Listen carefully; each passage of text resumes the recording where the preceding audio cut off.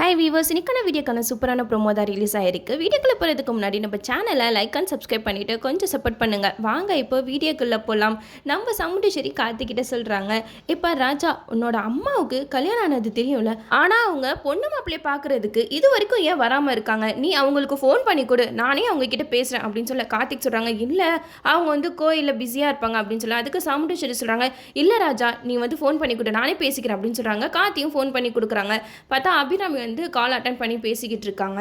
அம்மா நான் தான் சாமுண்டேஸ்வரி பேசுகிறேன். ரேவதி ராஜா இவங்க ரெண்டு பேருக்குமே கல்யாணம் ஆனதுலேருந்து நீங்கள் இங்கே வரவே இல்லை, அதனால நீங்கள் இப்போ சில சடங்கெல்லாம் செய்யணும், சின்ன சிறுசுங்க, அதனால நீங்கள் வந்து அவங்க ரெண்டு பேரையும் ஆசீர்வாதம் பண்ணணும் அப்படின்னு சொல்லிட்டு சொல்கிறாங்க. அதுக்கு அபிராமி சொல்கிறாங்க, இல்லைம்மா என்னால் அங்கே வர முடியாது, எனக்கு கொஞ்சம் வேலையாக இருக்குன்னு சொல்ல. அதுக்கு சாமுண்டேஸ்வரி சொல்கிறாங்க, சரிம்மா உங்களுக்கு தான் வேலை இருக்குல்ல, நான் வந்து ரேவதி ராஜா இவங்க ரெண்டு பேர்த்தையுமே கூட்டிகிட்டு வரேன் அப்படின்னு சொன்னோடனே அபிராமிக்கு தூக்கி வாரி போட்டுச்ச உடனே சாமுண்டேஸ்வரி கிட்ட சொல்கிறாங்க, இல்லை இல்லை வேணாம்மா, நீங்கள் எதுக்கு இங்கே வந்து சிரமப்பட்டுக்கிட்டு, நானே வீட்டுக்கு வரேன் அப்படின்னு சொல்லிட்டு அபிராமி வந்து வீட்டுக்கு வராங்க.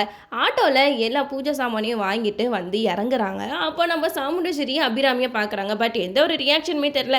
ஏன்னா அபிராமியை வந்து சாமுண்டேஸ்வரி சின்ன வயசில் பார்த்துருப்பாங்க. அப்போ அவங்க வேற மாதிரி இருந்திருப்பாங்க, இப்போ அவங்க வேற மாதிரி இருக்காங்க.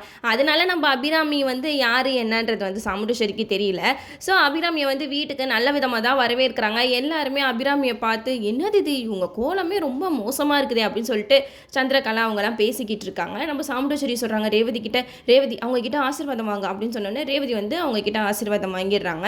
அபிராமி கார்த்திக் ரேவதி இவங்க ரெண்டு பேரையும் பார்த்து ரொம்பவே சந்தோஷப்படுறாங்க. கார்த்திகை பார்த்து மனசில் நினைக்கிறாங்க, எங்கே நீ கல்யாணமே பண்ணிடாமல் இருந்துருவியோ, நான் பயந்துட்டேன் கார்த்தி, நல்ல வேலை உனக்குன்னு ஒரு நல்ல தொண்ணை தான் அமைஞ்சிருக்கு அப்படின்னு சொல்லிட்டு அபிராமி சந்தோஷப்படுறாங்க. இந்த சைடு நம்ம கார்த்தி ரேவதி இவங்க ரெண்டு பேருமே பேசுகிறத தான் காட்டுறாங்க.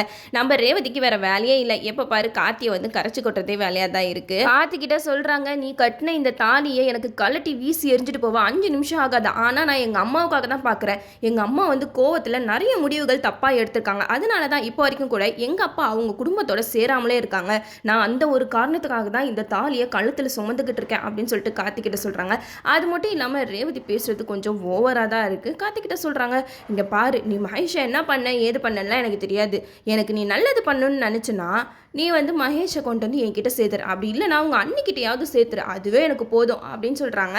இதெல்லாம் கேட்ட கார்த்திக் வந்து ரொம்ப பொறுமையாகவே ரேவதியை முறைச்சி பார்த்துட்டு இருக்காங்க. அடி பாவி, உனக்கு உண்மை என்ன தெரிஞ்சிச்சுன்னா நீ இப்படியெல்லாம் பேசவே மாட்டேன், பேசி எவ்வளோ பேசணுமோ பேசிக்கோ, பின்னாடி நீ ரொம்ப வருத்தப்படுவா அப்படிங்கிற மாதிரி கார்த்தியோட மைண்ட் வாய்ஸ் இருக்கு. ரேவதி சொல்கிறாங்க, இங்கே பாருங்க டிரைவர், ஓ சாரி நீங்கள் இப்போ டிரைவர் கிடையாது, இந்த வீட்டு மாப்பிள்ளை, நான் வந்து கீழே படுத்துக்கிறேன், நீங்கள் வந்து பெட்டில் படுத்துக்கோங்க அப்படின்னு சொல்லிட்டு நக்கெல்லாம் சொல்கிறாங்க. கார்த்திக் வந்து சொல்கிறாங்க, ரேவதி ஒரு நிமிஷம், மகேஷ் வந்து நான் தான் கடத்தி வச்சிருக்கேன்னு நீ நினைக்கிறல்ல, இல்லவே இல்லை, உன்கிட்ட நான் ஒரு விஷயத்த சொல்ல போகிறேன், அதை கேட்டால் நீ ரொம்பவே ஷாக் ஆகிடுவேன். மகேஷை கடத்தினது உங்கள் அம்மா தான் அப்படின்னு சொன்னோடனே நம்ம ரேவதிக்கு தூக்கி வாரி போட்டுரும். என்ன சொல்கிறேன், எங்கள் அம்மாவா? எங்கள் அம்மா எதுக்கு மகேஷை கடத்தணும்? ஆமாம், மகேஷ் ஏதோ தப்பு பண்ணியிருக்கான், அதனால தான் உங்கள் அம்மா மகேஷை கடத்தி வச்சுக்கிட்டு என்னையும் உன் கழுத்தில் தாலி கட்ட சொல்லியிருக்காங்க, இந்த உண்மை உனக்கு தெரியுமா அப்படிங்கிற மாதிரி நம்ம கார்த்திக் வந்து ரேவதிக்கு செம்மையாக பதிலடி கொடுத்து ரேவதியை மொக்க பண்ணி விடணும். அப்போ தான் எபிசோட் வந்து வேறு லெவலில் போகும். இதெல்லாம் கேட்ட ரேவதி வந்து சொல்லுவாங்க, என்ன ராஜா எங்கள் அம்மா மேலே பழி தூக்கி போடுறியா அப்படின்னு சொல்ல. அதுக்கு கார்த்திக் சொல்லுவாங்க, உங்கள் அம்மா மேலே பழி போடுறதுக்கு எனக்கு எந்த ஒரு அவசியமும் இல்லை, நான் வந்து மகேஷை தேடி கண்டுபிடிச்சி அவன் வாயாலேயே அவன் என்ன பண்ணான்றதை நான் உன்கிட்ட நிரூபிச்சுட்டு தான் நான் இந்த வீட்டை விட்டே போவேன் அப்படின்னு சொல்லிட்டு கார்த்திக் வந்து ரேவதி கிட்ட சவால் விடுறாங்க.